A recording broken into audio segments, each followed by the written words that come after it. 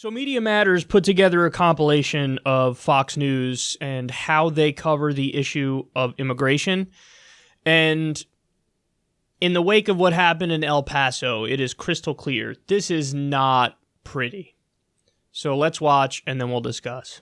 The white supremacists are American citizens. The illegal immigrants are people who shouldn't be here. Your views on immigration will have zero impact and zero influence on a House dominated by Democrats who want to replace you, the American voters, with newly amnestied citizens and an ever-increasing number of chain migrants. And I actually hate litter, which is one of the reasons I'm so against illegal immigration. Illegal immigrants are burglars, are thieves who are there to harm your security and steal your prosperity. What's happening at the border is a flat-out invasion. We are being overwhelmed every day. As the illegal invasion at our southern border intensifies, It is an invasion. And I'm going to call it an invasion, like it or not. You have a group of people that are invading the U.S. border, right? And they're being held in facilities. I'm not against the immigrants. I'm just for Americans, and nobody cares about them. It's like, shut up, you're dying, we're going to replace you. Is they want to sort of transform the demographics of America. Even though illegals can't vote, over time illegals have children, their children are American citizens, they grow up, they can vote. Foreign citizens will be electing our political leaders. A brand new electorate from a different foreign country. That's what they want. If they keep up the flood of illegals into the country, they can eventually turn it into a flood of voters. Latin American countries are changing election outcomes here by forcing demographic change on this country at a rate that American voters consistently say they don't want. this is the Muslim Brotherhood plan. It always has been. You set up these enclaves in the West. You demand of the host country that they allow you to run your affairs according to Sharia. Our leaders are radically and permanently changing our country wholly on the basis of their faith that diversity is, in fact, our strength. And we've seen this in Europe. We're seeing it here. And they are attempting to replace us with citizens that they think, there are future citizens that they think would be more amenable to voting for them. Their political success does not depend on good policies, but on demographic replacement. The more of these people that can be brought in illegally as well as legally, the better it is for the Democratic Party, because their goal is to transform the United States into a facsimile of California. You have a country full of 335 million people who don't share common values. Why does that country not break apart? That's bigger than the population of 48 out of 50 states. It's enough to change this country completely and forever. Your state has been completely overrun by this illegal invasion. I think calling anything but an invasion at this point is just not being honest with people. Can you be surprised that when you change a society as old as a European society, or even one as old as ours, completely through immigration in a short period of time, that some people won't like it and that there will be a backlash? Any citizen of any nation should be upset and outraged when there's an invasion by foreigners into their country, people that have no respect for the rule of law. No, how about when I was born, it was fine. It was a better country than it is now in a lot of ways. I simply cannot imagine that middle America, that American voters accept this invasion, this open borders policy. You're calling Americans racist because they don't like being invaded. I get it. Yeah, I mean, we have to be honest about this. That rhetoric is almost exactly the rhetoric that was in the manifesto for the El Paso white supremacist terrorists. I mean, that's the truth. That's the truth. And it turns out that when you use language like that, are there going to be many conservative voters who watch it and they just think like, yeah, man, that's messed up. These immigrants should follow the rules. And then that's the extent of how deep they go on this. Yeah, there's going to be many conservative voters who have that reaction. But are there going to be people who watch that who then you've now started them on a path where they go down the rabbit hole, and next thing you know, they're watching Richard Spencer videos, and they're watching, the American Worker Party with Matthew Heimbach videos, and all of a sudden they believe in, like, the Great Replacement Theory, which they touched on there. They touched on it there. The idea of, like, white genocide, and, the idea that, well, we have to keep it a majority white nation or else everything goes to shit, and That's what's happening is you have these illegals, these undocumented immigrants, these brown people coming in the country and making this country more brown. And that's a bad thing, and we have to stop it by any means necessary. Yeah, some people are going to go down that path because of the way that you discuss this topic.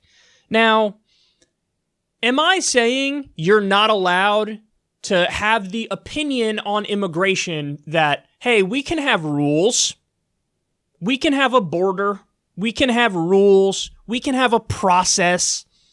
I'm not saying you can't have that opinion. That's not an outlandish opinion. What I'm saying is you cannot perpetually dehumanize immigrants and paint an inaccurate picture, because that's what it is. It's an inaccurate picture of the reality of the situation. Because I got news for you. It's not an infestation. It's not an invasion. The overwhelming majority of people who come to this country through the southern border are good people looking to find the American dream, have a better future for their kids, work, pay the bills, live in relative peace and security. That's all they're looking to do. That's it. And a lot of these people are genuine refugees who are fleeing a situation, in South America that is beyond devastating. I told you guys on the last show, I think it's in Honduras and El Salvador and Guatemala. There's a lot of countries where the violence there is worse than the violence in Iraq at the height of the Iraq War. What would you do in a situation like that, where you got kids and you're in one of these countries where there are mega cartels and narco gangs that run everything, and your choice is extreme poverty or go work for a narco gang? And would you take the option of, I got to get out of here. I got to try to get to the U.S. I got to try to do something. Of course you'd do that, because you care about your family. So, and also U.S. foreign policy and the drug war spearheaded by the U.S., all of this helped ruin many of those countries. And then when people escape to try to find a better life, we chastise them and dehumanize them and call them an invasion and an infestation. And it's just not true. So the problem is the dehumanization. The problem is not a single person on Fox News chimes in and says, hey man, hold on now. These are mostly people who are escaping extreme poverty or death via narco-terrorist. So maybe it's a perfectly rational thing to do to show up here. And by the way, seeking asylum is not illegal. Now, don't get me wrong. Are you allowed to have a process to determine who is and isn't seeking asylum? Yes. Yes, 100%. I'm not against that. That's totally fine. But stop pretending like everybody who comes here, it's an invasion or an infestation, and oh my God, they're gonna ruin your life, white middle class voter. And that's the reality, man, is that immigration rhetoric, this is divide and conquer stuff. This is, hey, look the other way at somebody with no money and no power and blame them for all your problems. Blame the poor immigrant for all your problems, as opposed to blaming the people who rigged the system in the first place. Don't blame the multinational corporations. Don't blame Wall Street. Don't blame the military-industrial complex. Don't blame the billionaires. Don't blame the lobbyists. Don't blame the top 1% or really 0.01%. Don't blame them. Don't blame the owner class. Don't blame them. Don't blame the people who bought the politicians and then outsourced tremendous numbers of jobs and ruined your factory town. Don't blame them. They got on suits and ties. They got to be respectable. They're white. You're white. You can't blame them. They're like you. And that's the trick. The trick is, for all your problems, blame them. Blame the poor immigrant. It's a giant head fake, and it's divide and conquer, and a lot of people fell for it. Now, the final point I want to make is this, because it's so immensely important in this conversation. Again, listen to the rhetoric. It's an infestation. It's an invasion. They're criminals. All this stuff. It's a fact that immigrants are far less likely statistically to be criminals than native-born citizens. By the way, another amazing part of this fact, because some people reply and go, well, yeah, but you're talking, the legal immigrants are less likely to be criminals. It's not just the legal immigrants. Even undocumented immigrants, statistically, commit fewer crimes than native-born Americans. By the way, that's not me saying it, and it's not some left-wing think tank. It's actually a pretty conservative think tank. The Cato Institute. They did the study, they crunched the numbers, and they found in no uncertain terms that native-born American citizens are much more likely to commit crimes than documented immigrants and undocumented immigrants. So the narrative of these immigrant bad is fundamentally incorrect, even according to the standards laid out by the conservatives. There's a very famous conservative pundit who says, facts don't care about your feelings. Well, here's a fact that certainly doesn't care about your feelings, and it's an inconvenient fact for the right because it stops them from being able to scapegoat. And now, all of that rhetoric, the chickens are coming home to roost, and there's plenty of people out there who are true Kool-Aid drinkers who believe it, who go, oh my God, it's an invasion, it's an infestation. These are terrible people. They're coming to take our job. And let's face it, at the core of it really is skin color. It is. Be honest. That's exactly why, Donald Trump famously said, why do we have people coming from shithole countries? Why don't we have people coming from Sweden? So in other words, it's like, I don't know if he said Sweden, Norway, he said one of the Scandinavian countries. And I have nothing against the Scandinavian countries. I love the Scandinavian countries. But bottom line is, in his mind, it does go back to the skin color. Because why would you think that by definition, anybody who comes from Haiti or El Salvador or Mexico, by definition, they're going to be unproductive and they're going to be criminal? Why is that your default? Why do you think that? Why do you think that? Seriously, stop and reflect on why is that your default? So, it shouldn't be. That's the point. It shouldn't be your default. And, you can have good people and bad people of every race, religion, creed, background. And I feel like, sometimes I feel silly because I'm biased because I grew up in, honestly, one of the most diverse environments in the country. The high school I went to was actually nationally ranked for being one of the most diverse. So I always felt, I was biased because I was like, well, I just kind of assumed everybody had a similar upbringing, where it's like, well, what do you mean? You go to school and you see all kinds of people. So that was the default for me.